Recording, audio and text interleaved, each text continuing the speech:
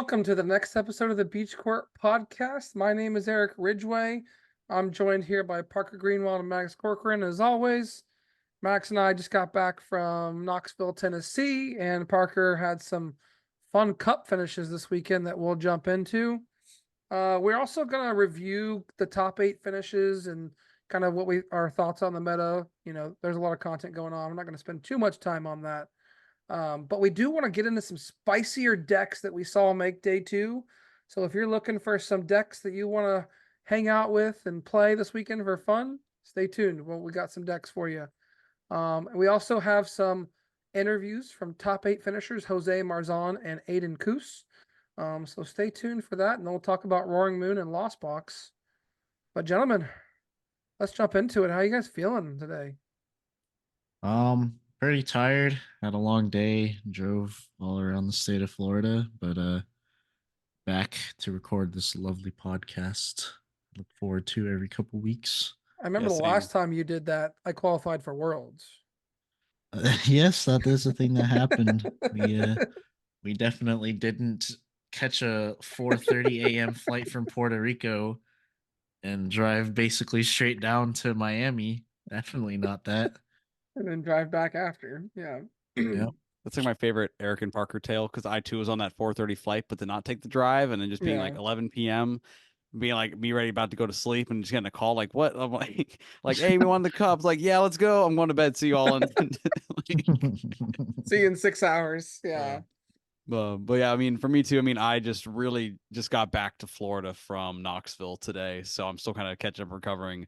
I had to really just grab my laptop and all my podcast stuff out of the car so I could record the podcast today. Everything else is still in the car and I have to unload it afterwards. So Well, we're happy to have you home. Welcome home. Welcome back to Florida. Parker, also welcome home. All right, Parker, tell us about what happened in Florida this weekend. Your boy played in a League Cup at our at our If you're not pretty watching YouTube, me and Parker are both like shocked. making He's the back in the Parker game. I know. Parker thumbnail face. Yep. Played at one of our favorite local shops, the Wokey Pokey, hosted their first League Cup, and I traversed down there to get donked round 2 and have Exodia drawn on me round 3 in the mirror. Wait, were you playing Epic Splash? No. I just mean Exodia as in like there's 0% chance basically he could lose. Um but yeah, no, it was super fun. They always, provide food and everything. So you never go in there for naught. Great atmosphere too. But yeah, I mean round 1 played against Goldango Palkia, which is a scary but favorable matchup. You're playing Uh Guardy, right? yes, I played Guardy. Yeah. Um, round 2 played against Tina. I started Ralts, nothing in hand, top deck Screamtail, pass, and he goes, Battle VIP, Nest, Chorus, switch, GG. go. Yeah, okay. Killed my Ralts, didn't top anything playable, and just scooped. Then round 3, I'm playing the only other Gardevoir at the event, and I Sebastian? go. Nope. I go first. I'm like, okay, this is playable. I have a level ball in hand. Um, I use the fog crystals, search my deck. I just grab another Ralts, attach to my active Ralts and pass. Uh, he goes, gets 4 Ralts out. Okay. Um, I go draw level ball for Mirage Step, attach, because if he doesn't kill it, I can evolve the Shining Arcana, manually attach, and just kill it without hitting the EX if I have to. But he goes, draw. He's like, oh, he mewed for candy, right? He mewed for candy on the turn, and I Ionoed him. So I'm like, there's no way he's gonna hit rare candy. But he goes like, evolves like to the Curlias, rare candy Guardy EX. I'm like, okay, if he attacks with Oh, the no. EX, I can like swing back into it and stuff like that. He's like, draw. Evolving the Shining Arcana. I was like, oh god. How does this happen? And he Iono's me. I draw. I'm like, refinement, pass. And Ugh. he's like, draw, boss, you're Curlia, kill me. I was like, okay, yeah, whatever. Got nothing. Jeez. Whatever. So how'd you end up? I ended up 4-2. Okay. I played Tinkaton the next round. We both kind of bricked, but like Birdie's just a better deck, honestly. Yeah. Um, round 5, I played against Kyogre, and I also kind of bricked this game, but I just manually evolved up to a Guardi EX. He started Kyogre and like 2 recyclers, a rod, a Mirage Gate, Uh, energy. He's like, draw pass. I was like, draw, evolve pass. He's like, draw pass. I was like, draw, evolve. KO. Yeah. I'm like, See ya. yeah, I was Wild. sorry. Yeah. And then last round I had a good match against Tina actually, where I actually prized 2 Corlias and 2 Ralts and somehow won that game. Skill There you diff, go. dog. Yeah, Already difference. already pretty good. As you can Yeah. see with the results from these regionals, actually. Yeah. Exactly. Yeah. You know, it's kind of crazy that there was a Tinkaton in top 4 of the Knoxville Cup, like 300 player cup or whatever. So Really? yeah, Mhm. Tinkaton made top 4. So Hmm. Tinkaton might be the BDIF. Who knows? You heard it here first. You heard it here first. Maddox, just for the people at home, what'd you play this weekend? Not Yeah. you, So right? nah, so this is my last major before rotation, so I had to run it back with Fusion Mew. Also I didn't make it to Charlotte, so this is my, major right after Portland finished. So I really ran back basically the same Fusion Mew list. Made a couple of small tweaks. For as well as things went in Portland, they did not quite go my way in Knoxville. Hit a lot of moon, did not draw very well against those moons. I actually hit Makani again in round 4. He got his revenge on me there. So, just the Spirit Tomb and Path stuck every time, but just got to tip your cap. He's a good player. Ended up 4-3-2, but got some points. Got to play some more MUV Max, and yeah, I mean, had a much more fun weekend just with the community and hanging out and being able to chat and have such a good time with so many people, more so than my finishes or my games where I really didn't do too much. Yeah, like I finished like round 1 and then I walked over and I saw Max playing against Moon and I was like, oh God, not round 1. And then like round 2, I'm like Oh playing, wait, I'm like playing my game. I'm like, where is Maddox? I don't know oh where yeah, he went. yeah. I Homie got the got the buy. I got the round 2 buy. Literally, so cell phone service in the venue is just bad just because it's this like underground basement, and I'm walking out there and Nick Moffat, right friend of the pod, he's like, hey, congrats on the buy. I'm like, wait, what? He goes with the pairings, like because whenever you look at pairings, it shows where was the buy at the top, so like everyone knows is like, oh yeah, Maddox lost his first round, and we gave him a free win. So They were literally like, all weekend, people are like, "Oh, hey, yeah, I heard you got that buy. Nice job."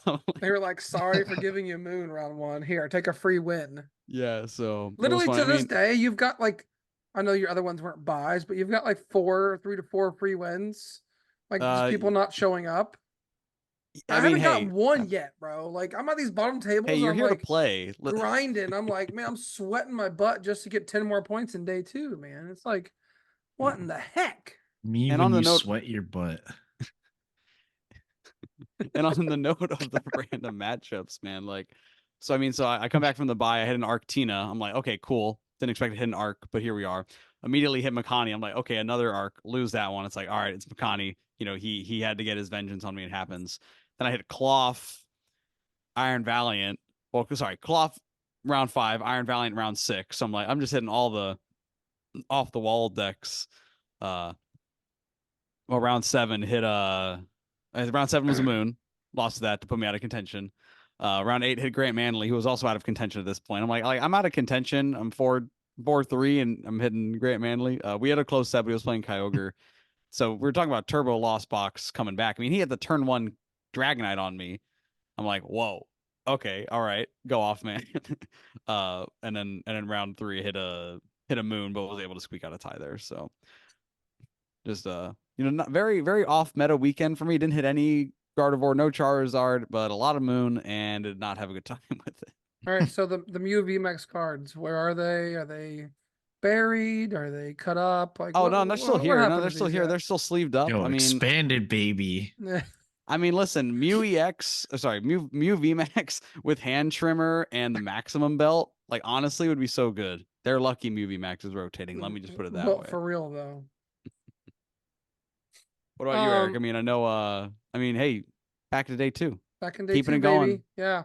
I mean, it didn't feel good after round 1. I hit Arc Charcadet round 1.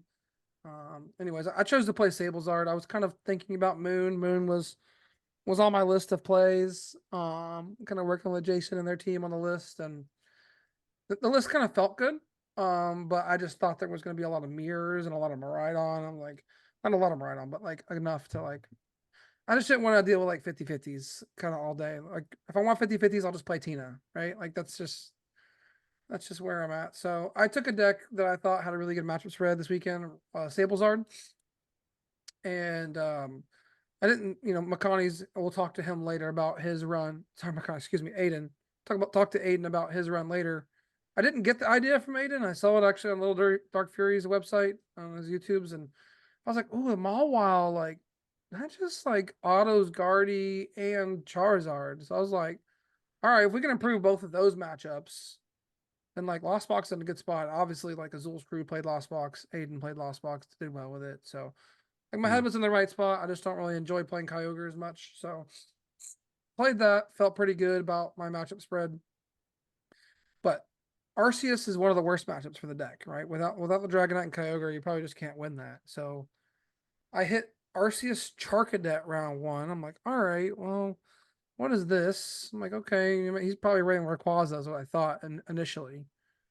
And then like he goes like Arceus, put energy on another Arceus, turn 2 for attack. I'm like, all right, cool, fine. Then turn 3, benches Iron Hands and goes retreat, fire off to hands, attach Luminous. I'm like, brother. And I hadn't prepped my board for this, so I ended up like killing it and KOing it, but it just was too much to. Whoa, sorry, you weren't ready for the Arc deck benching Iron Hands and firing off? No, What do you mean? no, absolutely not. Was not ready for it. And then game 2 Wild had list. kind of like a tie con, just like the game 1 took forever. So game 2, like I win that game, forced a tie of a bad matchup, but he was able to find the out. He had like 2 cards in hand and Mew EX'd into the research. I'm like, all right, well, good game. Can't beat that. Body 2 Moons, body 2 Mews. And then I hit a Gardevoir, and my board state was like really, really good against Mike. And I felt like I was favored in game 1. And so I just like counter catcher Jirachi KO'd it instead of trap it. Like my board state was really good. Yeah. And then Iono hit and just gave me nothing late. And I lost that. Come to find out, he didn't have any out to Mawile. Like if I had just went for it, like if I had just trusted my deck building and like that people aren't playing the out to it. Like the Guardian matchup's weird because like if they have the out to it, like you lose that game and then you're probably not winning the set. So I was hoping to win game 1 and then do it game 2 and just never finish or something. So kind of reverse happened. He won game 1, game 2 never finished. So I'm like, all right, 5-2, like whatever. And then I hit Grant Manley, and I'm like, oh boy, here we go.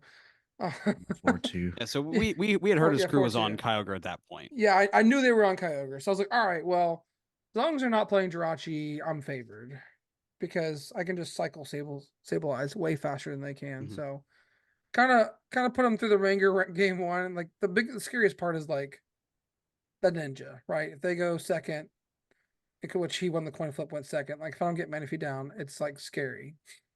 So, but I open VIP, so I just immediately go comfy Manaphy, just because I know that threat exists. And ended up winning game 1. He was kind of playing around Jirachi, and I ended up cutting Jirachi from the list.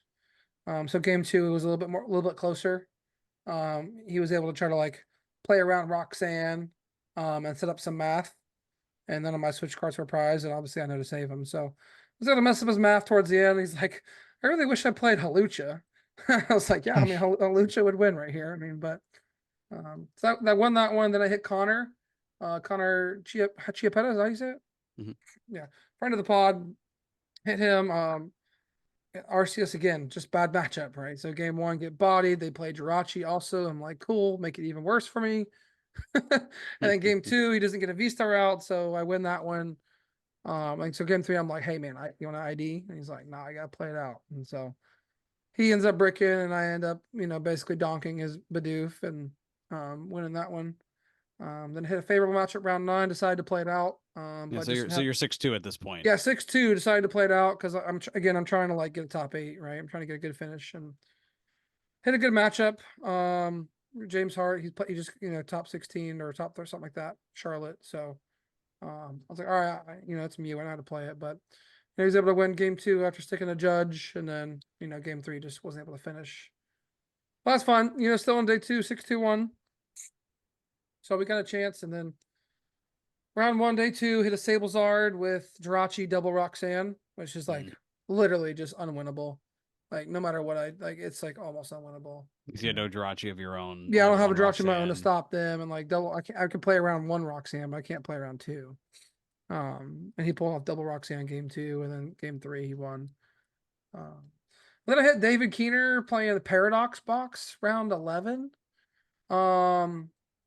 I won game 1 pretty convincingly, and then game 2 I board locked him, and he board locked himself.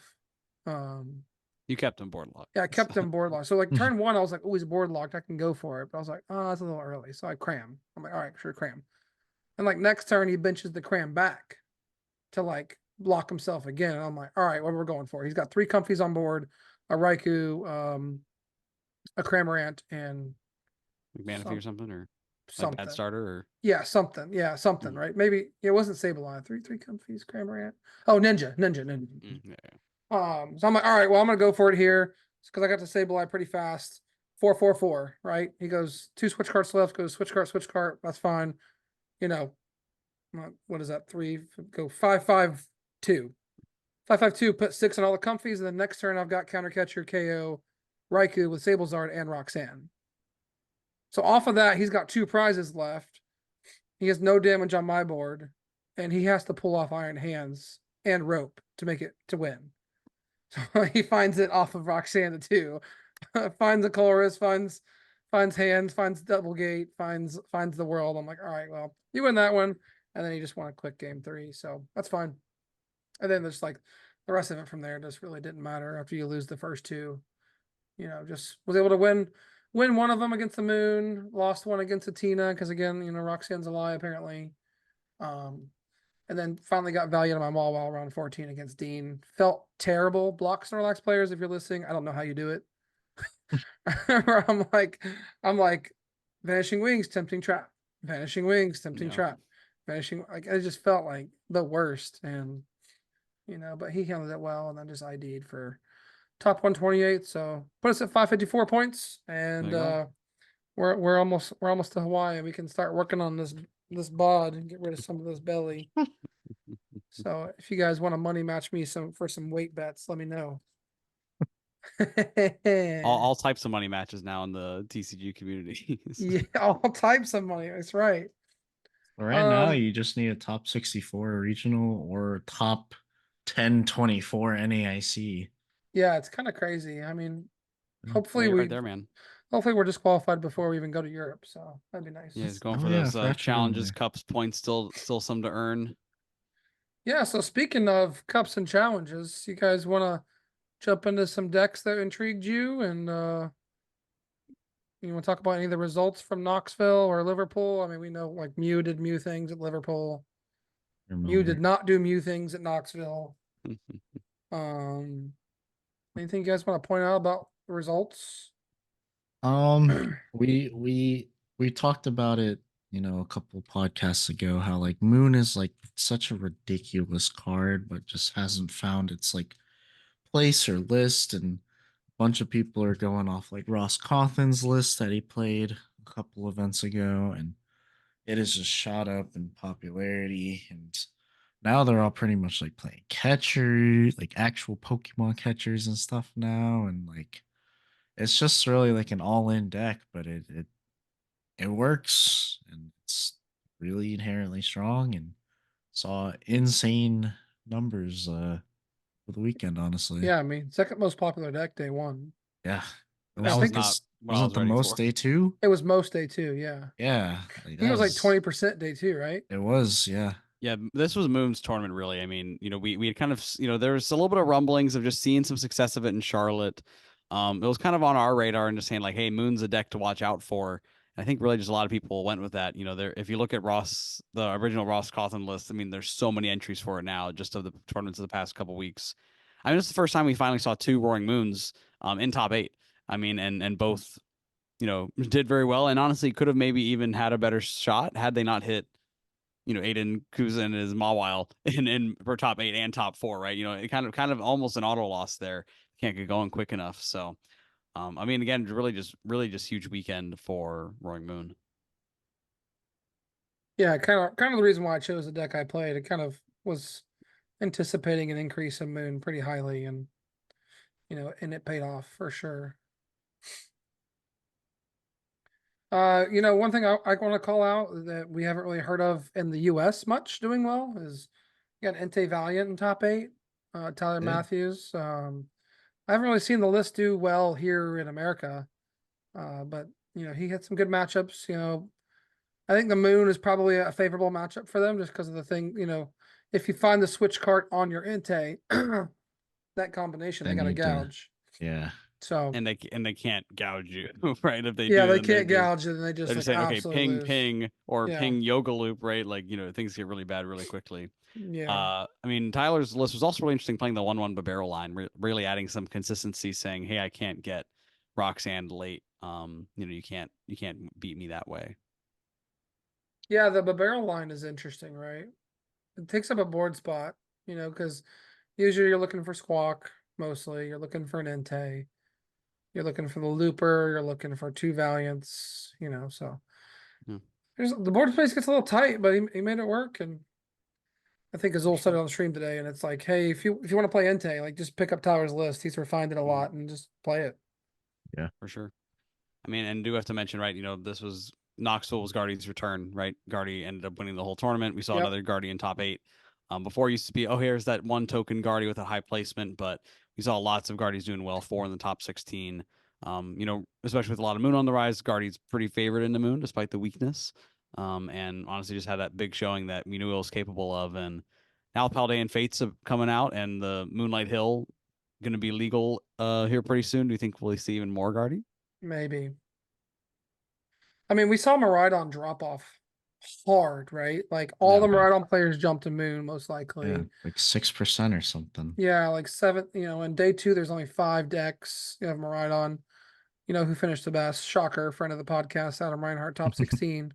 Maridon's truest champion. Maridon, seriously. It's true. But like maybe we see Maridon make a comeback if Gardevoir is trying to come back.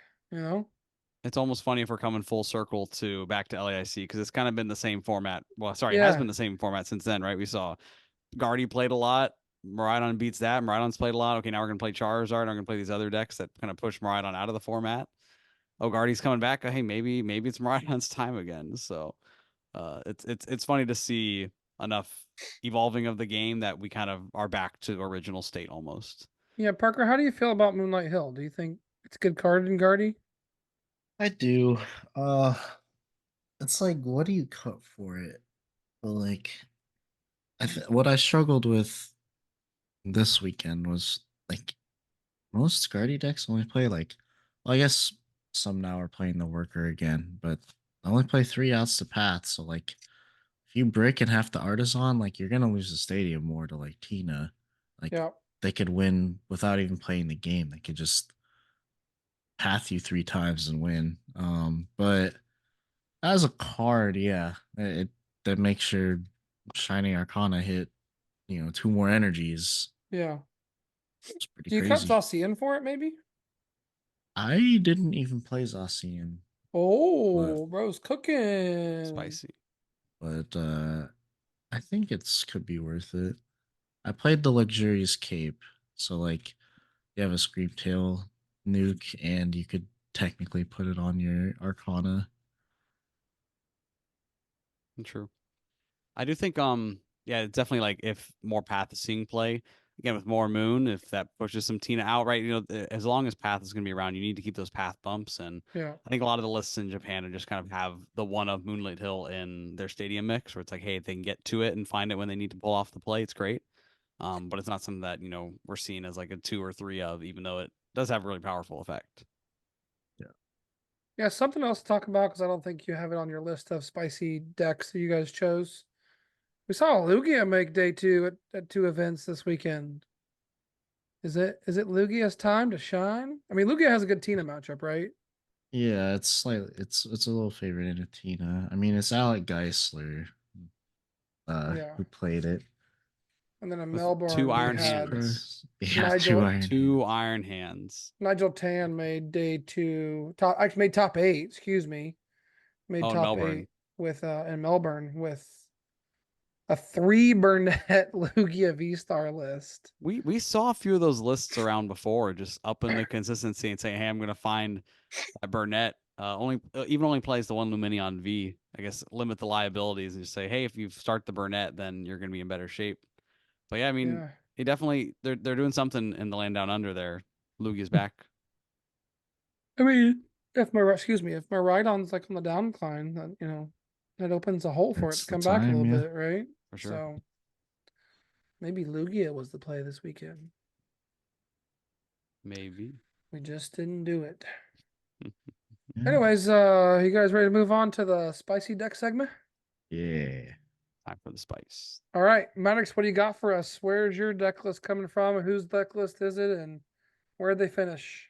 All right, so this is from Knoxville. So again, Roaring Moon has been the talk, and there's always been the pieces and the questions of how to play Roaring Moon and which different variants. Right, we've seen different pieces of just the turbo with all darks. We've seen some mixing in the Radiant Greninja. We've seen some mixing in the Iron Hands. We finally have a new attacker in this Roaring Moon deck. This was played by Yakira Tate, 36th place in Knoxville, so just missed money. But this is Roaring Moon, and actually included a Raikou V, as well as the water energies for Greninja. So One again, Moltres or 2? one Moltres. So Okay. we cut one Galarian Moltres V to include the Raikou V, and included the one of Lightning Energy. But really just saying, hey, I have a easily efficient attacker. You can go an energy, switch an energy to the Raikou, as well as just attach for turn. You have an efficient 2-prize attacker. And also in the worlds of Pidgeot V, and just saying, hey, I can easily go boss or play 2 catchers, catcher heads, KO that Pidgeot EX. Yeah. Just take 2 quick prizes. Don't put Yeah. damage on yourself. Makes it nice and easy. So a little bit of spice. I wouldn't be surprised to hear if their favorite Pokemon was Raikou and just said, hey, I can just slap it in and throw in one Lightning Energy and the one Yeah. Raikou V. But I mean, hey, cool to see. And again, just like more and more innovating on this list. I know the lists are like pretty streamlined now and people find lists that they like, but it's almost becoming a little bit toolboxy. He says, hey, you can just throw in, a couple of any energy you want. You play 4 energy switch, you'll get the energy on it eventually. What do you think, Parker? That's a good I list. like it. Like I the like idea? it. I like it. Yeah. Yeah, I mean, KOing. Because like the issue, right, is when you cut your heads a Pidgeot, you gouge it, and they got to respond with babies, right? But now it's tackle. like, all right, well, now you got to choose Charizard. You choose Charizard, then if I jelly that one, then it's just over, right? So they play jellies. They played 1 jelly, yes. All right, cool. Town store. Awesome. Town store, yeah. 3 Pokestop, 1 town store. Love it. Love it, love it, love it. Yeah, a little bit of spice. Again, just ways to mix in different attackers. I'm always intrigued by it. And a little bit, Roaring Moon deck. Again, if you're a Raikou enjoyer out there, or you have those particular locals that love playing Charizard, Pidgeot, and you say, I want to play Moon and extra tech for you, then this might be it. Bet. Yeah. All right. Parker Greenwald, where does your deck come from? Whose deck is it, and where did it finish? So I have like 2 technically. Can't use 2. You can only use 1. Okay. I'm kidding. Well, Okay, the do whatever you Entei want. Valiant deck is just kind of like my favorite deck. I want to see it do well. Tyler's deck. Yeah, and it is very refined, like just a ton of one-ofs. He's definitely played it at like every event since it's Yeah. been released, so like definitely would trust his word on card choices and stuff. The spicier deck lists that I found. Comes from 96th place. It is played by Michael At- Diaz What? Oh, Knoxville. at Knoxville. It is a Lost Box deck with a 1/1 Rotom V Star in it. Wait, what? I did hear that Basically, was the new Limitless page debut for the weekend. I didn't know it was in a Lost Box list though. Wait a yeah, minute. yep. What is this for? Supposedly, the theory behind it is you go, Battle Pass, Rotom, draw 3 at the end of your turn. Eventually, they have to deal with your little guys and stuff, or if you're throwing like Dragon Knights and Moons at them, it's rough. And boom, out of nowhere, oh no, I got Ionode, evolve to Rotom V Star, discard some cards, draw some cards. Thought it was pretty cool. He doesn't even play. Sorry, I mean they don't even play any tools in the list. Yeah, no tools. Yeah, Yeah, no tools. Just the draw consistency. It's just for the V Star, yes. I interesting. mean, technically you can hit for 80, but I guess it's thinning too, right? Get rid of those battle passes, get rid of bad cards out of Yeah. your hand. If you're getting Roxanne or Disrupted, you won't draw back into them. mm-hmm. I'm Honestly, a right? fan. Maybe they just love Rotom V Star. They also might do that, but something I kind of want to try, honestly.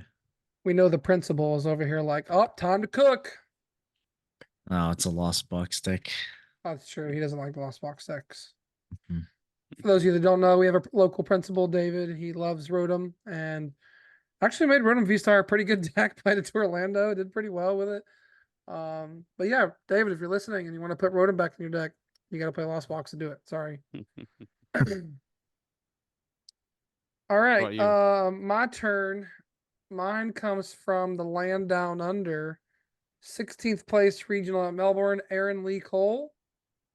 Guys, Mewtwo V Union is back, baby. Oh my. Guardy got- V Union. We got Reversal Guardy with Mewtwo V Union and a Cleffa.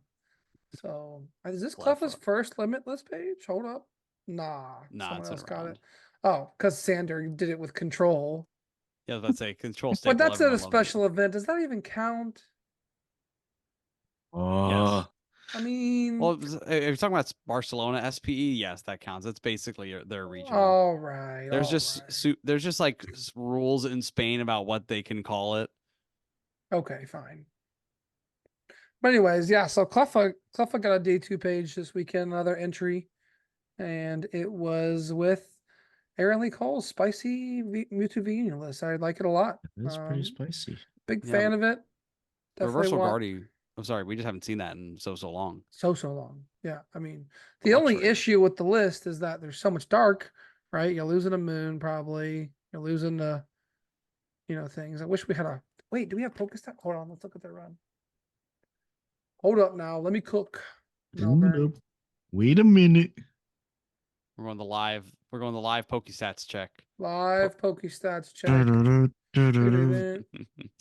16th place. Where you at? There you are, Aaron. There are 3 question marks. Only hit Lots of one question moon. marks. 4 Zards. 3 question marks. If that is in Australia, I don't know what is. Oh, okay. And also, if you can get the path out of play, then Tina can't even start Requiem the Mewtwo V Union. Oh With its man. ability. Yeah, you're right. They also Yo. don't have a round 11 on there. Oh, they don't. You're right. Or 15. Wait. Oh, there's no I 15. don't know if they had a 15. Yeah, there round, wasn't yeah. 15. But yeah. why isn't there an 11? I don't know. But Maybe they're not opted in. Did they get a buy? Their opponent. Gabe Smart, if you're listening, tell us what it was like playing against this deck. You thought you were playing the Guardy Mirror. Yeah, you thought again, brother. That's probably pretty hard for Guardy to beat. I guess Jirachi, right? Actually, well, is a V Union a basic? No. No. So Yeah, it's probably pretty tough to play against if they get it set up. I think this is if they get it set up. Just the reversal list, I just don't think had as much consistency because they're relying so much on the late game. Maybe you cut Cleffa and just play Basculin. What? I mean, what? Baskin. Yeah. Call for family. Call for family, bro. Gather the crew. Gather the crew. Sorry. Didn't mean to disrespect. Isn't it like Basculin 3? that. It's 2. Oh, I thought it was 3. Now yeah. 3, that'd be 3 like for that'd be like free, what's the that'd be- Dunsparce strike and run? Yeah, strike it, but That'd be the old school. Maybe the old school, yeah. All right. Anything else to add for spicy decks or top eights or anything from this weekend? I just think that rotation's coming. If you have a spicy E-list deck that you want to play, you got your V unions, you got any, bulk Vs or in the binders, E block. I mean, now's the time, right? We got, you got probably another month before people only want to start playing the new stuff. So get them out there, throw out the spice, play your Mewtwo V unions, play your Mew V Max. Anything else you No, like? don't play that deck. Deck Play sucks. Mew V Max. Deck's trash. Max. Anyways, so next we're gonna transition into our interviews with Jose Marzon and Aiden Cous. But first, I'd like to take a quick break to talk about this week's sponsor, which is the same sponsor we have every episode because they're awesome. Nakama Anime Cafe, here in Orange Park, Jacksonville, Florida, whatever you want to call it. This weekend, actually, really something cool. Limit Breaker will be performing, and if you don't know what they are a video game music band, which that sounds awesome because I listen to video game music all the time. But yeah, so you want to support Beach Court Podcast or support Nakama Anime Cafe, you can also DM us on X to purchase this awesome Beach Court playmat that Parker is showing right here. Hey, which we also have on screen. Parker just went invisible. This is great. Great green screen of it. Oh, it is like, dang. Actually, yeah, I the mat can't is even kind of show. green. I when you can't think even about it. show the mat. What the- That's hilarious. But anyways, If you want a portable green screen to play Pokemon cards on, pick up the Beach Court Podcast play mat. yeah, one of the things I enjoyed about this weekend, I know Maddox, you did too, is everyone's like, "Hey, Beach Court Podcast, I love your mat. Like I listened to your episodes." So, thanks everyone for your continued support. And if you're interested in picking up a mat, just let us know. DM us on X, and we'll get to you. And that our X account is at Beach Court Pod. You can DM us there, and we'll get one to you. All For right. all you boomers, when he's saying X, he's talking about Twitter. Yeah. Yeah, it's still Twitter.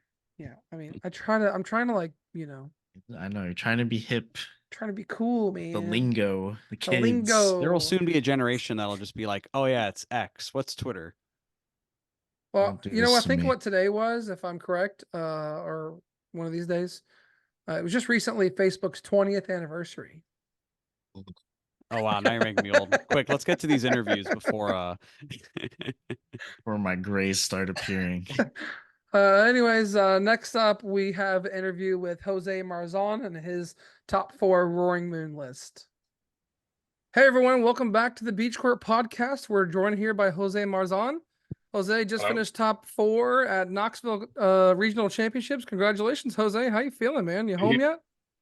Yeah, I'm feeling awesome. No, I'm in Orlando at the moment with my family and stuff. I'm from Puerto Rico though. I'm going there in like 3 days, but yeah, having fun. Awesome. So you'll have a good time in Orlando, going to Disney and celebrating, with all that Yeah. championship stuff, right? Yeah. Isn't that I what was you on do that when line. you win a championship? You go to Orlando and Disney World, Spending money. Yeah, take the family out Yeah. for a nice dinner, some steak. Yeah, exactly. But I want to give you an opportunity to, Jose, introduce yourself. A lot of people may not know you. You've been in Pokemon game for a while. Your Limitless page is quite accomplished. You also had a top 8 mirror match last year with Aiden, who's on our podcast next, with the glaring wheezing mirror in top 8. So kind of run Yeah, through it your was great. accomplishments and your backstory of how you got into Pokemon. Yeah, so my name is Jose Marzan. I'm from Puerto Rico. I've been playing for real for like the beginning of the game since I was like 12 years or 11. My dad used to take me to Toys R Us and some leagues like that, and then I got the love for the cards. Now I have my card shop for like 8 years, and I always been into cards. Like this is my job, like forever. I play Yu-Gi-Oh. I've been in top in Yu-Gi-Oh top 4s. YCSs. That's how they call the tournaments. I've been in Pokemon. I've been in Worlds 04, the first one. I've been in 05, 06, 08. Yeah, I've been to Worlds like 7 times or 6 times. Like I've been playing like forever these 2 games, Pokemon and Yu-Gi-Oh. And yeah, that's what I did. Any follow-up questions, Maddox, about his backstory? Yeah.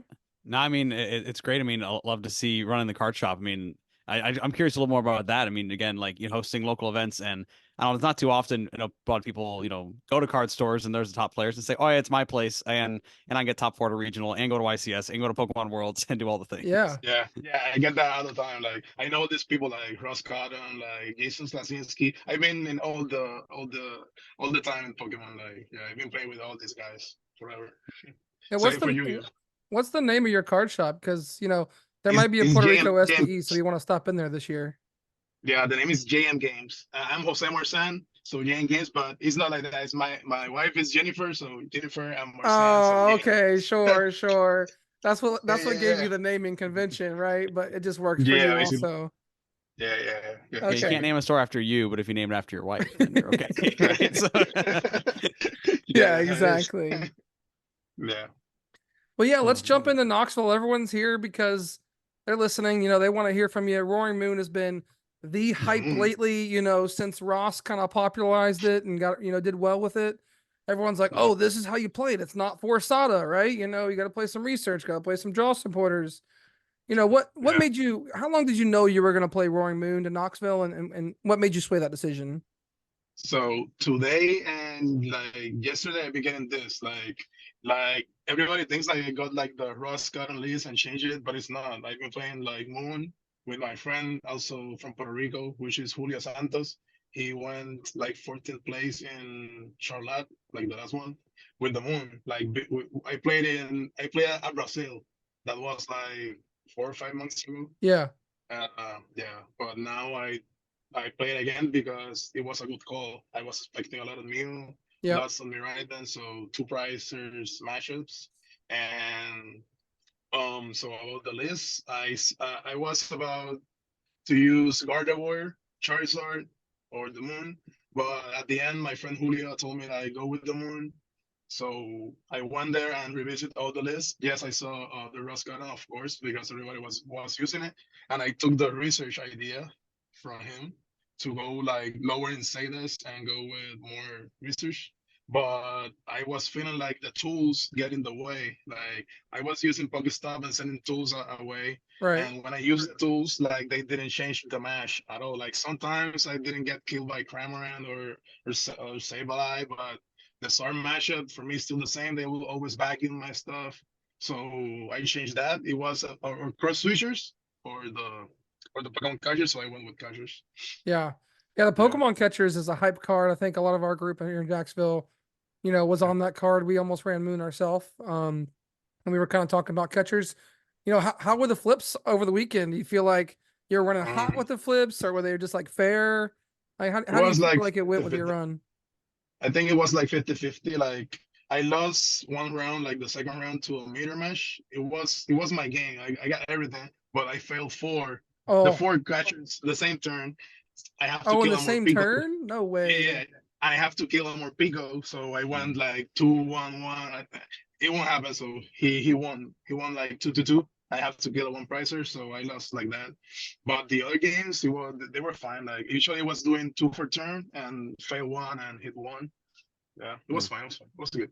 So that's the part, like cross switcher. That's only 2 gusting effects. If you just flip all your heads, you get 4, right? So yeah, the thing like that makes like then superior to the cross switcher is like most of the time it was like my first 7 cards. The first thing I do was Pokemon Catcher, and then I went through Squawk and Ninja and discarding. So if I get the hats, I know what to do the rest of the turn. Right. So yeah, that was better for me. Yeah, it really changes your map once you hit the heads. You kind of you can against Charizard hit the heads, bring that Rotom up. It's it's going down, right? Yeah. I mean, it really lets you like play a consistent build. Trekking shoes, just turbo.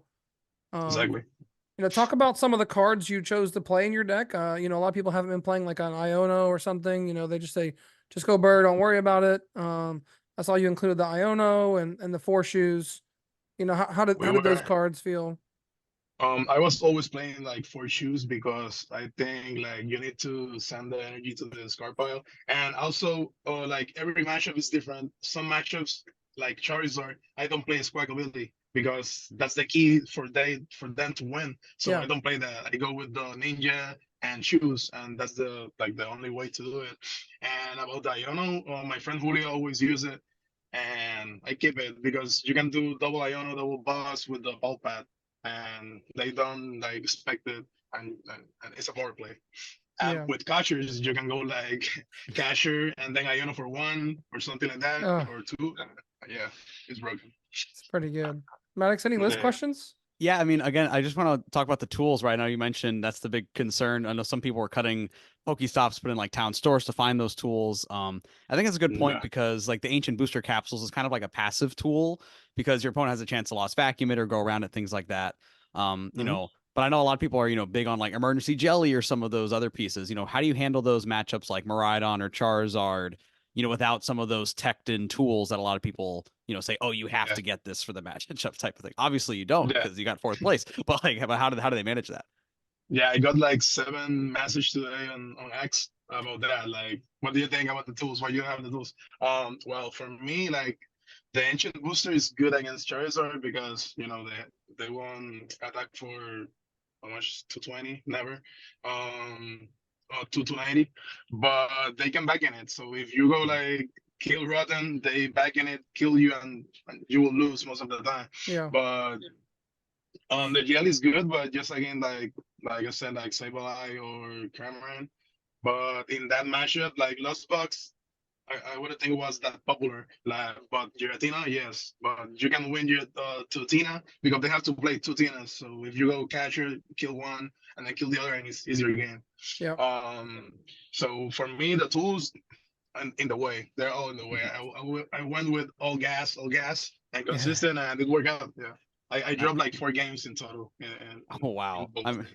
I mean, it worked for you, right? I mean, everyone's calling it the Ross list, but I mean, hey, you're the highest placing Roaring Moon list now, so maybe That's right. maybe it should be your list. I'm just saying. Maybe So, it's, Yeah. I mean, you're the only one that has this limitless entry. Maybe it's the Jose list, you know, going forward.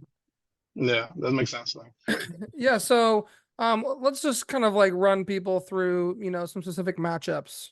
You know, it looks like Yeah. you did pretty well. I don't know if, again, PokeStats sometimes nowadays we don't know if it's fully correct because you know Jared's working through some Yeah. issues, but it says you played against 5 Gardevoir, 1 was an ID because you had double ID. And then you went 3-1 against the other 4, and then you beat 2 Charizards. So did you play? Was that your matchups? Did you hit those matchups? And you know, yeah, without all any those. text, how'd you beat them? Yeah, all those are real. The first matchup they don't tell there. I don't know why, but it was Rapid Strike. That was is really free for you. Super But free, on yeah. the Charizard, I played the matchup like I don't play Squaggle unless they have like okay. If they send me first, I go with everything. But if they except Squaggle like because I have 2 turns to set up and kill anything. But if I go normal, like I go second if I win the coin flip or something, I don't play Squag. I will just uh boss or catcher the long PG or the long Charmander, or if they have Rotten, I will go for that, and then they won't kill anything on my stuff, none of my stuff, or they can kill maybe Moon, but then I go 2-2. But never like KO one guy and leave my Squag on the field because if we go like that, they will win. Like always, they will win. That's the worst matchup for me. Charizard is harder than Gardevoir. Right. Because Gardevoir is kind of the same, but you can bench whatever it is because it doesn't matter if they kill Squag or something, Yeah. because most of the time they're so slow that they will start taking prices where it's 3 to 6, and by that you win because you will go with cash or bus to the EX and you win the game. Yeah. But yeah, I approach those matches like I beat both of those guardies like in day 2. They send me to go first, and I Really? said like everything. Yeah, Wow. yeah, both of them. They are from Canada. They're all top players, of course. They're all friends, so they've been talking about the match. Yeah. Like when I beat the first 2, they talked to the winner. Of course. Never bench Greninja and stuff because I was doing a lot of Mew. I was Mew doing a lot EX, of baby. attack with Mew. Yeah, like they never see it coming. Like I did it to Rowan like 2 or 3 times. He was crazy. Yeah. But, Yeah, I mean that's the way you round the matchup, right? If you don't have Yeah. hands or anything, your only 2 prize out, you know, outside of catcher Gardevoir EX is the ninja, right? Yeah. they pass with Mew or something bad of friend, you always go like Casher to rolls and attack with Morpeko. You pass the energy from Morpeko to Mew. And then you apply the pressure because you have like three all full charged Pokemons, including Mew with 2 energy. And if they bench Manaphy, they will multiply for less Kirlias. And then that turn you boss or Casher another Kirlia, and you give the pressure, and you give the pressure. And it's so fast that they sometimes have like 4 energies only in this card pile or 3, and they can't even kill you. So that will happen most of the times. Yeah. It's like that. Like against Raymond Long in the top, he was like, "You go first." I started. I did a full bench and everything. He went like Urachi, rolls, pass. My turn, boss 1, KO. He went like multiply, but then I Casher another one, and he only had like 2 rolls and failed or nothing. Like, yeah, it was so fast. It was good. It was good. Yeah. I mean, it's just saying I'm faster than you, right? And if I get the because the key in the matchup is getting to 3 to 6, right? Yeah. So, if you get to 3 to 6, then from there they got to collapse away the Gardevoir when they put it in play, or you probably just win, right? Yeah. But yeah, you apply a lot of pressure. Like I lost against the winner, only because I play in his face, like his face of play. Like the first game, the first game I won, and he was playing normal. But the second game he was playing so fast, and I could have played normal and like stay in the game, and it would be a tie most likely. But he was playing so fast, I matched that fast, and then I lost because of that. Because in game 3 we went to time and he won in the last turn. So it was almost my game too. Yeah. But it's fine. It's fine. Yeah, I mean, you lost to Ryan round 12, eventual champion. Congratulations, Ryan, on the finish. But man, Maddox, you got any questions about the routes or anything like that? Any matchups? Yeah, I mean, I think the Mew EX idea, right? That Morpeko take a 1 prize knockout with a 1 prizer, and then I'm setting up the Mew. Okay, are you going to target the Roaring Moons, which can kill your Guardies, or your Mew EX, which is going to kill your Draw Engine, and just putting that pressure on is really nice. I know one thing you're talking about, like the Charizard matchup, and just like kind of so carefully choosing what you bench. Did you have any issues like using Galarian Moltres? I know that a lot of Charizard decks are playing Choice Belt.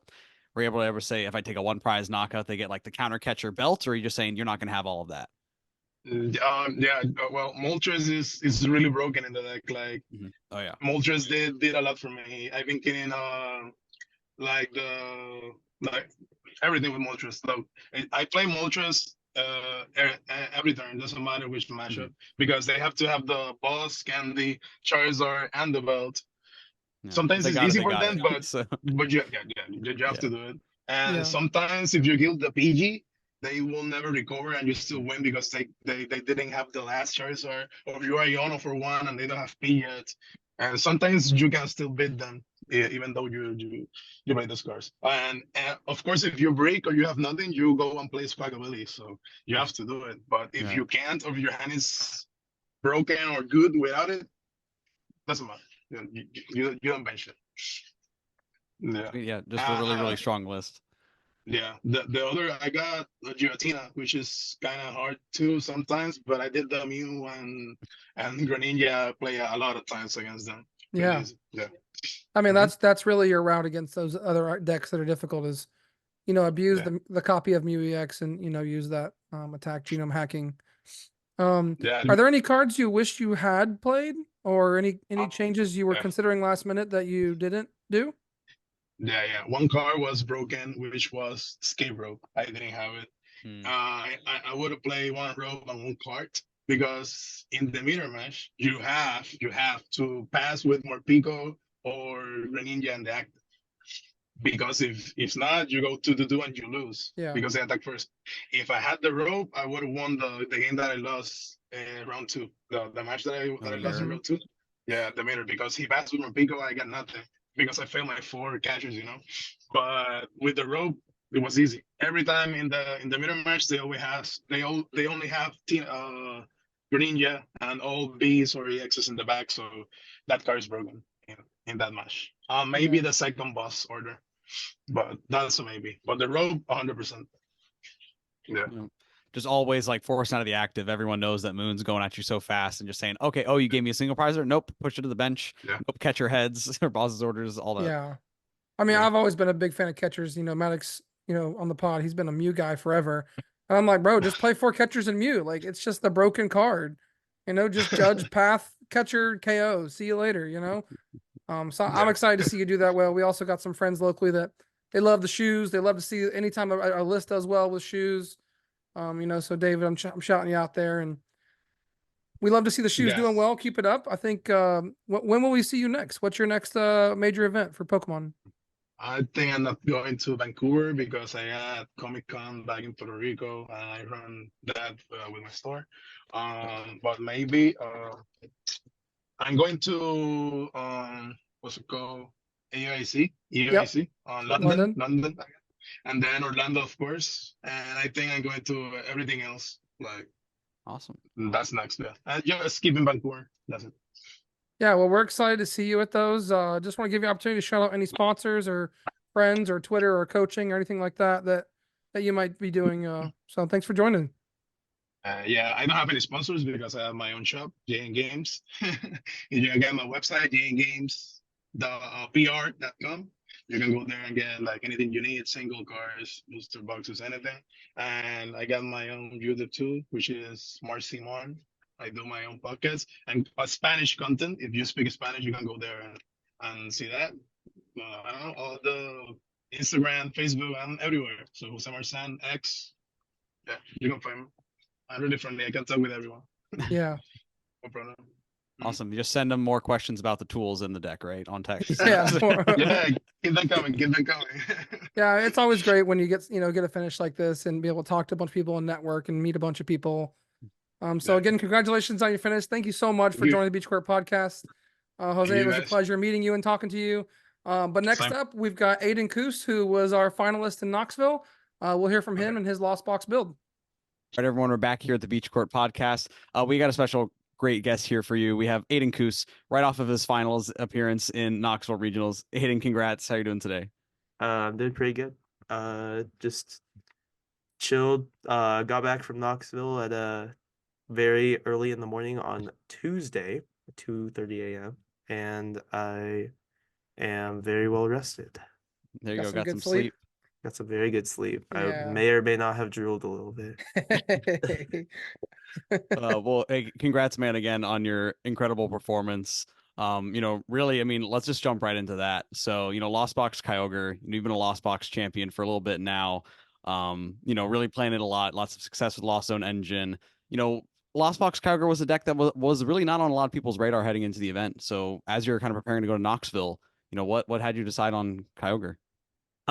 So actually, majority of my testing came before Charlotte. So after Portland, I played Rapid Strike. Even though I may or may not have false reported Arctura on PokeStats, please don't kill me, Jared Grimes. So I was very upset. I'm like, what really made me decide to play a deck that's so awful like Urshifu and Teleon? So I really just wanted to make sure that I did better because San Antonio and Portland, I got 5-12 and no points. So 20 points over 2 events for me is not very good. Right. I'm searching. I'm like, all right, I'm gonna put as much time as I can before Charlotte because this one mattered to me. I was trying to repeat back to back. It's the one that actually feels like I need to do well at. So put in a lot of testing hours, and I knew exactly what I was gonna play. I wanted to play something with Comfy. Because Comfy had always worked this season, never failed me. Played it at Toronto, got a top 32. Last season, I closed out the season with a couple good finishes at Puerto Rico and AIC. With Comfy, I've played Comfy, comfortable with Comfy, done pretty good with it. I won a couple cups with Comfy this year, and I was just really comfortable on the deck. But in Paradox Rift, Comfy didn't really see that much success other than with Giratina V-Star. Right. And I knew I didn't want to play Giratina V-Star. Giratina V-Star just feels like I feel like there's a lot better players of the deck than me, which won't give me as much of an advantage when playing the deck. And I just don't really like how the deck functions in general. It just doesn't really fit what I want to do when playing a game of Pokemon. So I like really started cooking. I saw the Paradox lists like with Roaring Moon, Iron Hands, Kyogre, like the one that won the Japanese tournament, and Yeah. I forgot what tournament that was. Was it Kyoto? The Kyoto, yeah, I think Yeah, it's Kyoto Champions Kyoto. League, right? Okay, so it's We'll fact Kyoto. check that in the background. Yeah, okay. Yeah. So I saw that list and I was like, okay, there's a lot to change. I definitely think that the Kyogre line didn't need to be as thick. I was like 10 energies, 1 recycler, 3 rod is what I'm gonna start at as a skeleton. Um and Which is kind of roaring wild, right? Like traditionally Kyogre decks are 11 energies, 2 recyclers. yeah, I just felt like there's majority of matchups where you only need to Kyogre for 4 energies. And if you Okay. get some unfortunate loss on decisions, you never should have to loss on more than 2 or 3. Okay. And if you prize one, then you like just adjust to it, you know? If you're flower sucking into 2 energies, that's a little bit unlucky. I mean, it happens, but like you just hope not to do that. So but like there was still a lot lacking. I just didn't know how my deck beat Charizard or beat Gardevoir. And that's whenever I remember from last format that like Braden Elfert and Christian Labella and those people played double Mawile in their Arceus deck with Squovet. So I was like, okay, cool. I work a lot with like Raymond and them too, because and Raymond played Pidgeot to Peoria. So like I'm like, all right, Lost Zone has an infinite deck. You Yep. can use Mawile with Pidgeot, and that's an infinite loop. That should solve your Gardevoir matchup and your Charizard matchup. But the Correct. issue at the time was Charizard was playing Lost City. Correct. So they had their one switch out, and then they had Lost City. So you would just lose. They switch, they Lost City, your Mawile is Over. gone, Yep. game over. They just they run away. So then I tried De-Evolution. De-Evolution was just a little bit lacking because like you can't spin Pokestop as much as you want. There's like no recovery for it. It's really hard to get into your hand. It's a one of that's non-searchable. You have to force Sealstone for it, and it's just like you don't want to be sort of Sealstoning for that card. So then I was like, okay, pause, focus on the deck, try and make the better the better matchup spread. I mean, and then I just kind of like revert to an older Lost Box list. Right. Like my list just naturally goes back to what the Lost Box lists were. Dragonite, Pidgeot. I originally had a Lost City in my deck because I thought, cool, I'm gonna Lost City then. But then I cut the Lost City because it sucked. Because anyway, if Zard Lost City's your Mawile, you just bossed their Manaphy and Lost City that. Or their Jirachi. And then you could try and Kyogre them. I was playing an Echoing Horn. The Echoing Horn also just felt a little bit lacking just because it's not a guaranteed win. It's And just I a want win some- more card, Yeah, right? I, Like I that just card want is. I want something that helps me to guarantee win me the game. Yeah, exactly. So then a week leading up to the tournament, I went to a local tournament, played a couple games, and then came home. And like on my drive home, I was just like, what if I just play 2 Mawile? And that's whenever I came up with the double Mawile. So that was And in Charlotte that you played. That was in double Mawile. Charlotte. I played double Mawile. I was like, all right, cool. Week leading up to Charlotte, I knew what my deck was. I knew what my 60 card was. I was completely set on the deck. Not a lot of people believed in me. I mean, like, I talked to a lot of people, like in my team, Lucas, Raymond, I even talked to like Andrew, Hedrick, like a lot. Majority of those people, like they're just like, man, this deck sucks, man. Like, you're really gonna play this pile of 60 cards. I mean, like, it seems good in theory. I mean, I even talked to Grant Hayes. Like, he thought that the deck was pretty good. Obviously, he didn't think he was like good enough to pilot it because it's like Grant, you know. So he was kind of just like, yo, I'm not really good enough to pilot it, but this deck seems really good in theory. I mean, it seems like a Cous deck, right? I mean, like a lot of people like in my testing group just be like, oh, there's Yep. Cous decks and then there's non-Cous decks. And Cous decks, Cous plays, and no one else does. And this was a Cous deck. So On those Cous decks, I mean, you've done it before. I mean, I remember we played in Puerto Rico with the Aerodactyl V-Star line and I mean, Lost yeah. Box, and you had Bravery Charms and stuff in, and here's just like, hey, here's just some more Cous spice. I mean, yeah, it's like those are Cous decks. I mean, obviously I had a little extra cards, but mainly that was inspired by Victor. Shout out Victor. he helped me a lot with that list. And like I kind of made it a little bit my own, but like for the most part it was him. This one was just like completely all like just cooked. It was just There you go. cooked. I was like cool. Made my matchup spread perfect. This is the most I've put into a tournament since I don't even know when. So I go to Charlotte, round 1, sit down. My opponent flips over a Ralts. I'm like, sick. I win. I boss their Manaphy that they bench turn 1. Yep. And we're just draw passing. We're just draw passing like cool. He has 3 cards left in his deck. He plays a Professor Turo. I'm like, cool. That's fine. He knocks me out. We play the game like normal. I'm stabilized spreading. I'm setting up Kyogre. He drops the Manaphy again.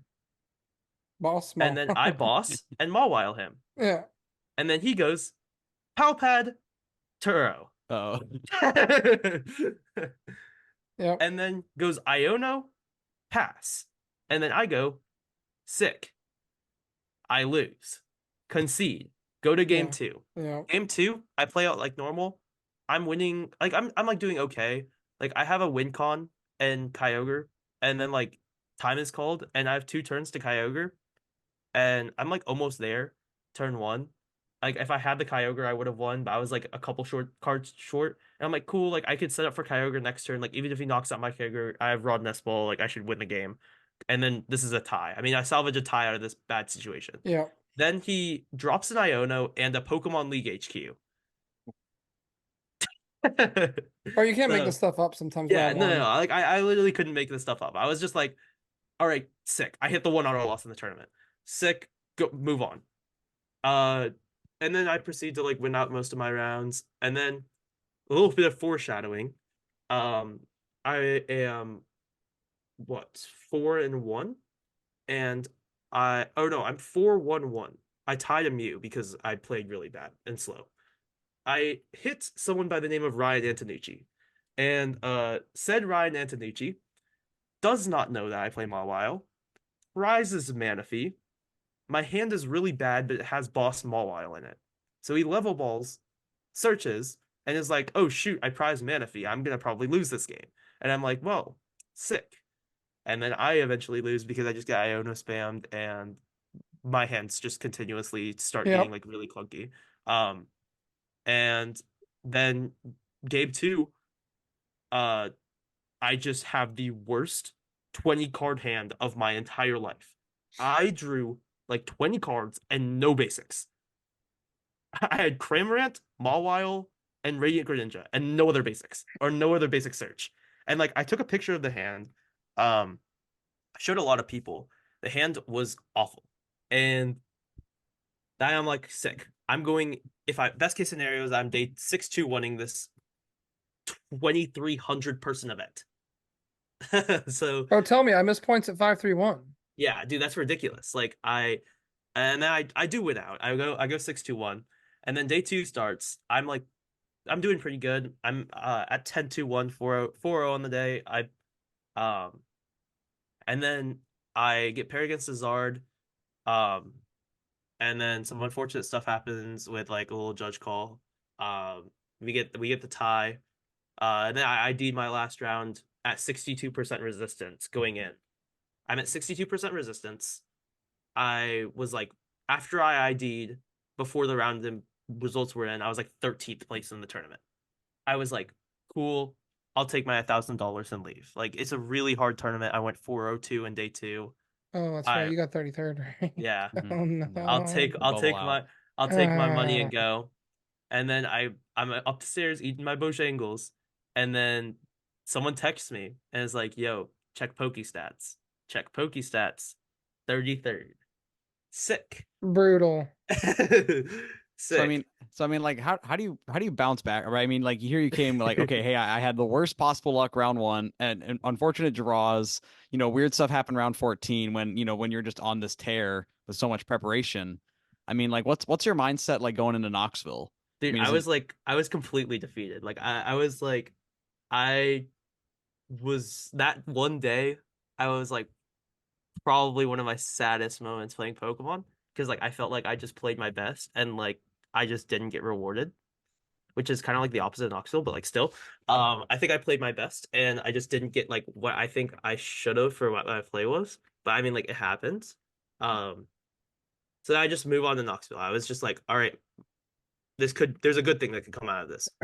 My deck wasn't really exposed to the public in like a huge light. A lot of people aren't going to respect it.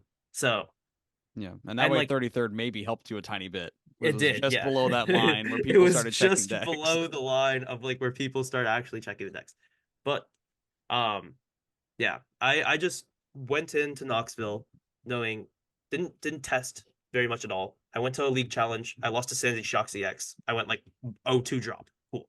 I lost to a VGC player playing Sandy Shocks. Like Yo, sick. Sandy Shocks, new BDIF, yo. Yeah, he was Yeah. playing all of his alt art Sandy Shocks. He was Must like, say, I got a cool. couple alt He was like- arts. Let's he was go, like, I got my man. alt arts, man. These are cool. And he attacked me 6 times in one because I like flower selecting in the Colress rod gate a bunch of times. So like I just couldn't win.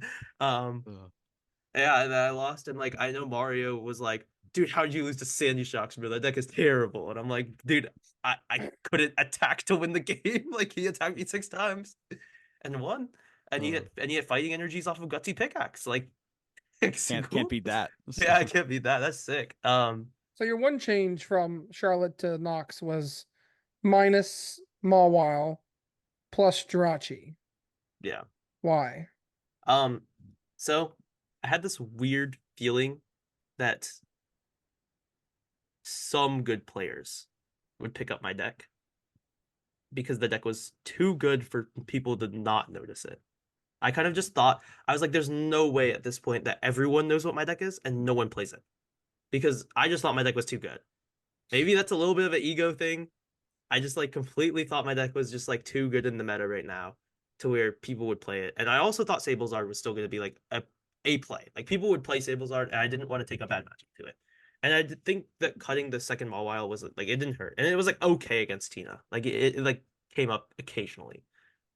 If they like went this weird one prize route, as they sometimes do. I mean, enter Knoxville. The Azul group played my deck. They did, yeah. And I tell Grant that I play a Jirachi. Dude does not believe me. I show him my deck, and he's like, "Bro, you farm us, dude." And I'm like, "Cool." I was like so confident. Yeah, I was like pretty confident. I was just like, Yeah. I was going. I was just like, all right, my matchups are just perfect. Like I don't even lose to the people playing my deck. Like I beat everyone. So Yeah, what is the worst matchup? Like what were you like nervous about? I did not want to hit Urshifu. Or yeah. I- But you have I Jirachi, just- don't you win though because of that? Or no? No. They completely rail. They completely just like roll through me because they can use just double gunner. They have double gunner, they have Alakazam. I mean like trapping it isn't as good because they play Turo and rope. So it's like it's really hard. Yeah. Especially I mean I need them to brick a little bit. I mean my goal in that matchup is just to kill Octillery and hope they brick. Yeah. There's no other real goal. Like it's just like you kill Octillery, hope they brick, Kyogre win.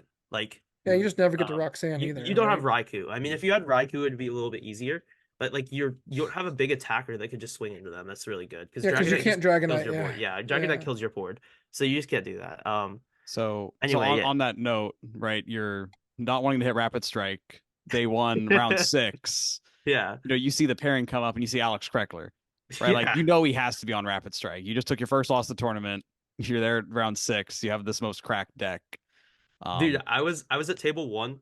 I didn't draw very good. Well, the game 1, I think I played a little bad, like suboptimally. versus Simon. Round 5, versus you mean? Simon. Yeah, round 5 I played against the Giratina. A little suboptimally game 1. I didn't really expect him to play the Manaphy. He benched it really later in the game, so it's kind of like I didn't really know. I think I think that's what happened. I could be a little bit wrong. But like I just remember I made a couple mistakes. Maybe minor, but like it still cost me the game. Game 2, I just bricked. There was like nothing I could have done. But then against Kreckler, I just completely got annihilated. Like he just completely decimated me. Like there was nothing I could have done.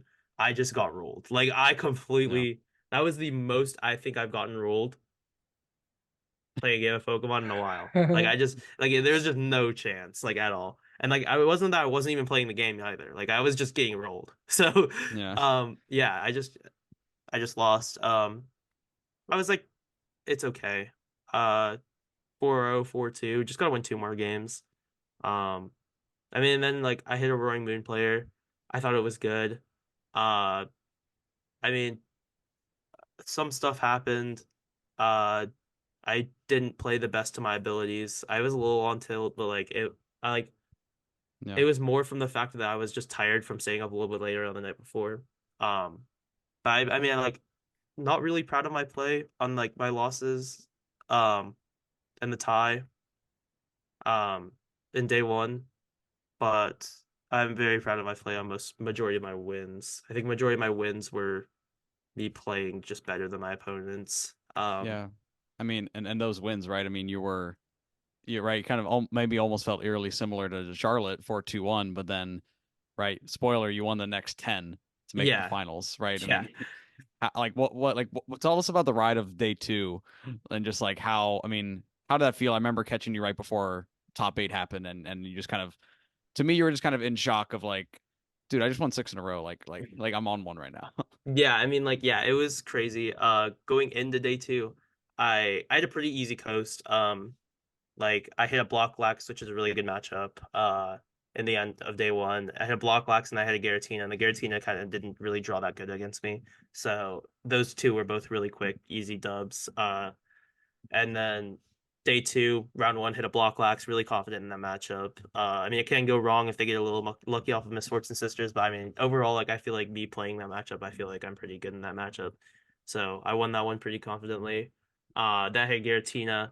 That one was the most scariest game of the tournament, I think. Like I don't even know what was more scarier than that game. That game was so scary because he was just drawing. You know when people kind of like get in like their like happy mood whenever they're drawing, like they're playing Pokemon, like they know that they're just like drawing well, so they're like their emotions, like their body language shows it, like they're kind of just like Oh moving, yeah. like they're chilling, and like they're not like they know Stressing. that they're drawing good, so they're kind of just Yeah, like yeah, yeah. like my opponent was like on that, and I was just like, It's always Tina players, man. yeah, and it was the Tina, man. It was just Bro, like I hit a he was going Tina in crazy. Charlotte with a basic Reggie Drago, like the one that hits for like 230, 240. 240, Yeah. whatever.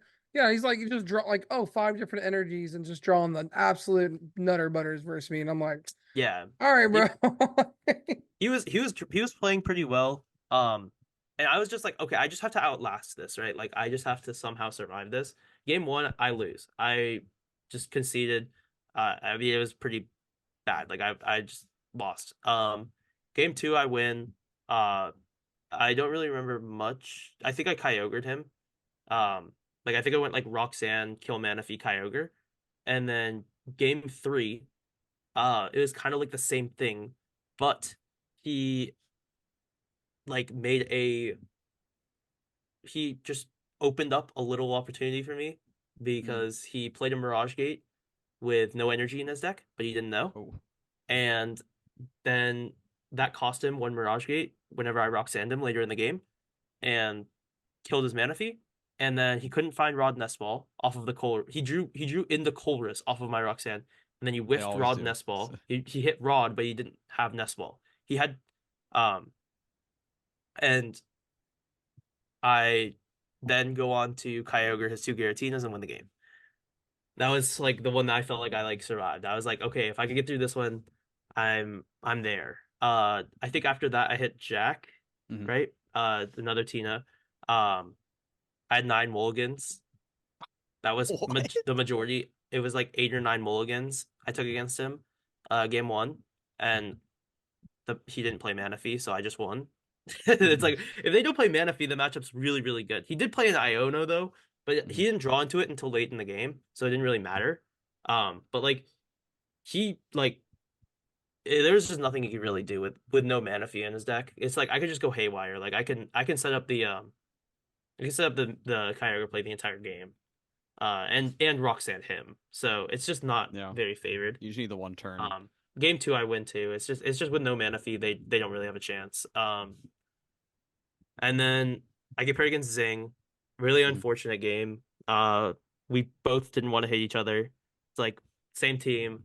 Yeah. Obviously, we want the best for each other, so it's kind of like, he sits down and offers the ID, and I really contemplated it, but it's just like I knew that he didn't play Manaphy, and the matchup was just like way too good for me to ID, and then, like the ID costing me at Charlotte. Like I genuinely think if like the ID hadn't cost me at Charlotte, I might have considered IDing with him because I was just so I didn't want that to happen again. I wanted at least for me to go out, it would be on my own terms. Like I would go out by me playing bad and like Yeah, no not by resistance. yeah, no not silliness. resistance. Like yeah, I'm going out by myself. So yeah, I played out, hit turn 1 Greninja on both games, drew the best that I have all weekend, and it was really unfortunate that I had to do that against a Wait, friend, wait, but wait. You hit Not against, turn not one against your ninja boy. I hit turn 1 Greninja with against only one vacuum in deck? Yep. Bro, chill, dog. Like that was Yeah, the well, one thing I was gonna point out on your list. Like, you know, wouldn't a better on a second vacuum be better than Jirachi and like just play better in the mirror? yes and no. I think that like vacuum's kind of a greedy card. I didn't really find many times I needed vacuum because like Bro, all the tools and moon and stuff? No? I mean, you I didn't hit mean many moons, I right? You mean only hit like yes, 3. but like I didn't hit many moons, but like also I think Moon now will be playing more tools, but like are you sure like I feel like majority of moons that I saw were playing more of like the like no Ross. Yeah, tools like Ross, no yeah. tools, yeah. Well, Ross was playing tools. Oh yeah, oh Um true. they were Well, playing like the other Marzan's list. list was Yeah, it just playing the 4 seal stones? Yeah, Yeah. Like Marzal's list. Like I think more people were playing like that. I feel like that's at least what I've seen in ranks. Yeah. But I mean, like I mean maybe the vacuum's better, but like I think the Jirachi was fine for the tournament. I just like if You just want if you're some free fine, matchups, right? Yeah. yeah. It's like I think that Like, all I your get it. matchups are close. Like I just want to make all my matchups good. I mean, which is like kind of weird for a tournament because I think sometimes it's okay to take a bad matchup, but like I was just like, why take a bad matchup when I don't have to, you know? Well, why work, why work so yeah. much harder, right? We've Like said I it all like the time. It's like, I also just didn't think I needed to take a bad matchup. Like I think my deck was good enough into everything to where I Yeah. didn't need to, and like I think I could like outskill most of my opponents by just playing my deck yeah. better. I mean, you got Um, 15 rounds. You need some breaks. Yeah, Yeah. that's what I'm saying. So yeah, and then yeah, well, game 1 I went first because I won the flip, and I hit turn 2 Ninja, and then game 2 I hit turn 1 Ninja. So I mean, it was over pretty quick. Like Yeah, like he Ninja's done. conceded, and like yeah, game 1 I went turn 2 Ninja, and then you bench 2 for Jabex again, and I ninja'd him again. So he just scooped. I'm Bro, at I 2 know prizes. Lucas is gonna be listening to this. Lucas, I'm sorry for you. That's just disgusting, man. Like one Not with your vacuum, boy. I'm never, even if I have Manaphy, I'm not benching it. Like I'm not respecting that you're gonna get that off with one vacuum. No, That he is like like he was insane. cheese. He asked me how many vacuums I played after. I mean, I don't even know I didn't know I played because I've literally sent this to my list like so many times. So it's like I like he could have just looked at my list before he played. So but like yeah, the Ninja was a little sacky game 2. Game 1 I think it was pretty normal. Yeah, I yeah. think Turn 2 Ninja's very normal. turn Ninja's like pretty fine. Turn 1 Ninja's pretty sacky. I did do it 2 times in the tournament. I did it against Michael Davidson as well. But that's like I think I was winning it regardless because like it's just so hard to play that matchup without like playing Jirachi or Manaphy. yeah, Jirachi and Manaphy. Yeah. Like I mean I obviously tossed in final. We'll get to that later, but Yeah. I mean yeah, leading up there. And then I hit after Lucas I hit Azard, Yeah, Kyle Mawile, Sanchez, yeah. Easy Dub. He's actually someone that he goes to my local tournaments. Oh, I hit really? someone who goes to my local tournament. He lives in Del Rio, which is kind of like near the border. It's like a little it's west of like San Antonio. So he actually has attended my local tournaments. Shout So out Kyle let's- Sanchez.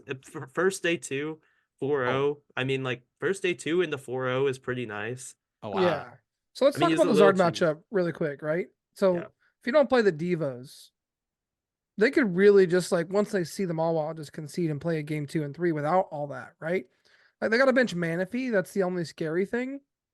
But if they can get through that onslaught, like they probably still win, right? I mean, it's if they know, they could obviously play better around it. That's what one of my opponents did in Charlotte. But like, it's so hard for them to play the game. Like they have to draw so well. They have to draw very Without well. yeah, right. without benching any of their mons. Like they have to bench triple Charmander, no liability turn 1. Right. Yeah. That exactly. is so difficult to do. Yeah. Whenever you're not dropping a forest target or a Mew or like anything. Like it's just like you can't drop any of them. and you have Yeah. to drop a triple Mander. So it's just it's really difficult. Um, But if they get one Zard out, I mean, yeah, It they can get get the one sketch. Zard. I mean, but like then if they just get one Zard out, then you go Mawile Dragonite, and then they yeah, have to get a second exactly. one out. So Exactly. it's like, Yeah. so I That's mean, you true. can still play. It's obviously not favored, but like you can still play. Against Kyle though, it was just like he wasn't playing the Lost City. He was Yep. just playing like a normal like Azul list. So like the same one that like Caleb played with the same sleeves, same arts, same everything as Azul at Charlotte. That's funny. Caleb and Justin both played that. I just figured he was playing that list. I figured every Zard that I'm playing against this weekend was just gonna Just play one the same switch, no list. Lost Yeah, City. Yeah, I the same agree. exact 60 as the Yeah. Azul list. I think that list is like near perfect. So I was Yeah, it's just pretty like, close to perfect. I would agree. I Yeah. was literally just like, all right, cool. They're just gonna be playing that list. So, and if they aren't playing that list, then I'll adjust to in the next game. So, I won game one. Actually, I'm all wild in game two. Game one, I literally won because he prized Manaphy and Jirachi. So, yeah, shout out prizing Manaphy and Jirachi and me Greninjaing both of the Manders two turns in a row. Yep. GG's. Move on. And then game two, we go, and then I just Mawile him. And I mean, it's unfortunate, but like, I mean, shout out Kyle. First day 4-0. I mean, I know he lost the last two games, but it's like still, I mean, there's nothing to be ashamed At of. 31 points is a great finish, man. Yeah, it's a great Oh, yeah. finish. Yeah. Especially for your first regional. Yeah, the first day first day two. two. First day I two mean- is, I mean, these tournaments are just getting so massive now. It's They just really like, it's are. ridiculous. It's ridiculous. And then last round, I knew I was getting paired into Nucci. We discussed before. I mean, I think he scooped me with the knowledge that like he didn't want to hit me in top 8 Right. or Mhm. in top 4. I mean, it ended up working out for him. Yeah, it did. I mean, obviously he didn't want to hit me in finals either, but like it still worked out. Yeah. I mean, he knows the matchup's not good. I figured the matchup. I mean, I know the matchup's not good either, but like, I mean, you have the power of playing a Nooch versus Cous finals, so. So I mean also like I respect the Nooch. But I mean yeah, he got me in. Second seed. It was 12-1. So second seed going in. Knew I was playing against a Moon. Like I was like 99% sure I was playing against Moon. So I mean obviously I want to hit Marzon. Marzon is like a freer matchup than Kamal because Kamal no plays tools. the Yeah. tools. Yeah. But I mean, yeah, obviously as you all saw in the stream match, Kamal kind of didn't play as great as he could Yeah. have. Do you think against he me. didn't know about it? I think he knew. I mean, he definitely knew. I just think it's like when you get to that point in the day, especially for people that haven't been there before. Yeah. It's just like it's such a long day, dude. And like you have so much that you've been thinking about.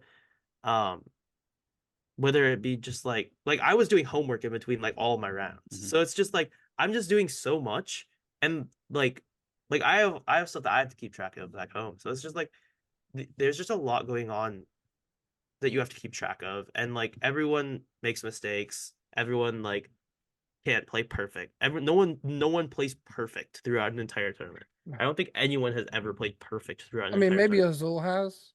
I don't even or think Azul Tord. has. No. Have you watched Azul's live streams? Like, nah. Oh, yeah.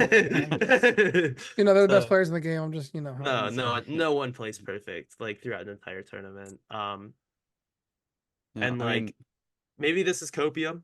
I mean, I think I do respect everyone in the game. Like I think Azul is like probably the best player in our region. I don't think there's a debate. I mean, this dude has a crazy BFL. Same Yeah. thing with Tord. I think Tord's one of the best players of our era. But like it's just like no one's played perfect. I mean, like Yep, there's Agreed. perfection is like it's subjective too. Mhm. It's just like that like I don't think there's anyone that's done it. I mean, it's just like Yeah. keeping yourself to that standard is a bit outrageous. So but I Yeah. do think Kamal like realized a bit too late. Like I just don't think he was. I think he was realizing how to play optimally in a different matchup. Like it's like obviously he probably should have played the judge, right? But he saw my. This is the one thing that I thought. He saw that my turn one was pretty awful, right? Like it was like my hand was big, yes, but I literally went battle pass, flower selecting, concealed cards, pass, going second. I didn't even play chorus. So Yep. he was kind of like thinking like, oh, if I judge him, I might give him a chorus. I mean, statistically, it's like if I announce flower selecting and that, I probably have the same odds to draw chorus too, right? But it's like he's kind of like, oh, this dude's hand might be bad. Like maybe he has a lot of energies and stuff like that. Like he just has a lot of stuff that he doesn't want in his hand. So when he researched, he had judge in hand. Yeah. Yes. Oh, I didn't I mean, notice like, that. And the switch cards. Like Well, going yeah, back, yeah. he should have probably played the judge, but it's like I don't think his line of play was like so outrageously Right. like awful. You Yeah, know, it's yeah. like I think it was just like it was a subjective misplay. I mean, he didn't know that. Like he knew that I played Mawile because I did it to him the first game. I knew that he knew Mawile was a threat because he bossed it in the first game, or the second game. My bad. The first game I just won because of Sableye, but the second game he bossed it, and I knew that's whenever I knew he was just like he only played 2 or 3 switch outs. Like there's just no way that he played Yeah. more. That's 'Cause, usually he- like he 3 would- at most. He would have never bossed that if he played more switch outs. Like he just like there's just no way. So I knew Mawile wasn't out. And then like game 3, research away the switch outs. I mean, in any other matchup, that's fine.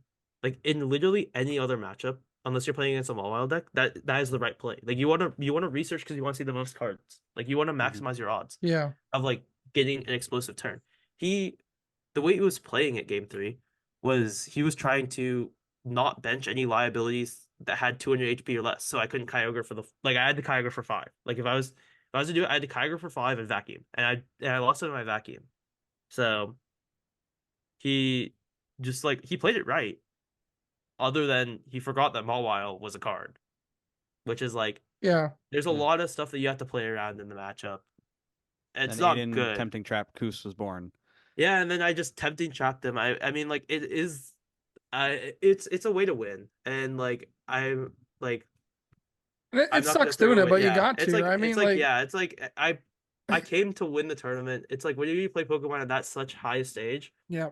you want to win, Right. and I'm trying to put myself in a spot where I can get back into the 16 race, like make my name back where I want it to be. So I mean, like it sucks that like that's how I had to take someone's tournament out, but like I mean, he was cool about it. I'm chill with Kamal. I mean, we talked about it a little bit afterwards. I mean, like obviously he like was a little cheesed, but it's just like I mean, Yeah. who wouldn't be after like their tournament getting ended no matter what? So I mean, I think that it's a win con. I mean, if it's really such a bad way to win the game, then why is it in the game? Right. You Yeah. know? You can't control that, right? Yeah. Yep. So I mean, yeah, and that's how I got my ticket in the top 4. I mean, and top 4 was pretty quick. I mean, like I know like on the stream it was just like and Aiden Cous has 2-0'd Jose Marzon. Like head I mean, Jose knows. we were talking about this, we were chuckling a little bit before the top 4 match. We were just like, yeah, we hit in top 8 of Charlotte last year, and now we hit in top 4 of this one this year. It's like and he's like, dude, we're hitting finals of like the next one. I was like, the next one we're hitting the finals. I'm like, all right, man. Just keep And upgrading the finishes, yeah. and just like Charlotte. Well, Charlotte was really funny because Charlotte, we were playing the E-turn mirror in top 8. And he started coughing and passed turn 1, and I went Crobat attach dark patch switched game. Just how you draw it up, right? Yeah, I mean, yeah, Wow. that's all you need. So, yeah, it was, and then this one was I honestly say this one was worse because this one game 1 doesn't really have a lot going for him. He attacks a couple times, but he just gets Kyogre'd. Move on to the next one. Next one, he goes second and doesn't play any cards from his hand and plays an Iono. And then Ionos and drops a couple Pokemon, plays the Battle VIP Pass, and passes. And then I go on to play my turn out and attack with Dragonite, and then he draws a return and scoops. No, there's not much you can do there. I mean, yeah, that's So- what I was like, just rough from Jose. I mean, Yeah. he's also a chill opponent. I mean, like, All right, we just had him on before you, so chill. oh yeah, yeah. chill No, guy, great chill guy guy. overall. So I mean, I guess really, kind of last chapter, right? We get to finals, right? On stream again. You tweeted out after finals, stream nerves are real. Yeah. I don't know if you want to talk about, a little bit about what that was like and I mean, again, right? It takes a lot to get to finals, and I know a matchup you felt comfortable with, and and not the way you wanted Yeah. things to go, but I mean, ultimately, I hope you should be pretty proud of making it there, and again, that massive run to make it 2 finals. Yeah, I mean, like, the stream there's really got me. I mean, like everyone, I'm human. It's like, I just like it got a little bit too stressful. I mean, I just like crumbled. But I mean, from staying up, from going through all those rounds, it's just like it takes a lot out of you. Your brain gets a little fried. So I was at that point in the day where I was kind of just like getting to the point where I was just like getting a little harder to think, brain getting a little more foggy. Yeah. Um, I mean, I the Pidgeot ruling, both me and Ryan and the judges didn't realize that Yeah, that's how the we were like card all worked. sitting out there watching. Yeah, I'm So sure your friends told you. Pidgeot V. Yeah, what does so it do? I mean, yeah, no, and then like, I'm like glad to be a part of the meme. The meme's funny. So, But honestly, like when I saw you going for it, I was like, I knew it wasn't 160, but I was like, I thought you were going for like 80, and then like he can't KO you back. I still think it was fine, like no matter what. I Like mean, if you go obviously, like 80 and 80 and he doesn't KO you back until without an EX, and then like after that you go tempting trap. well, Dragonite. I could just go 80 and then vanish it back in the deck and attack with Cram. Right. Mhm.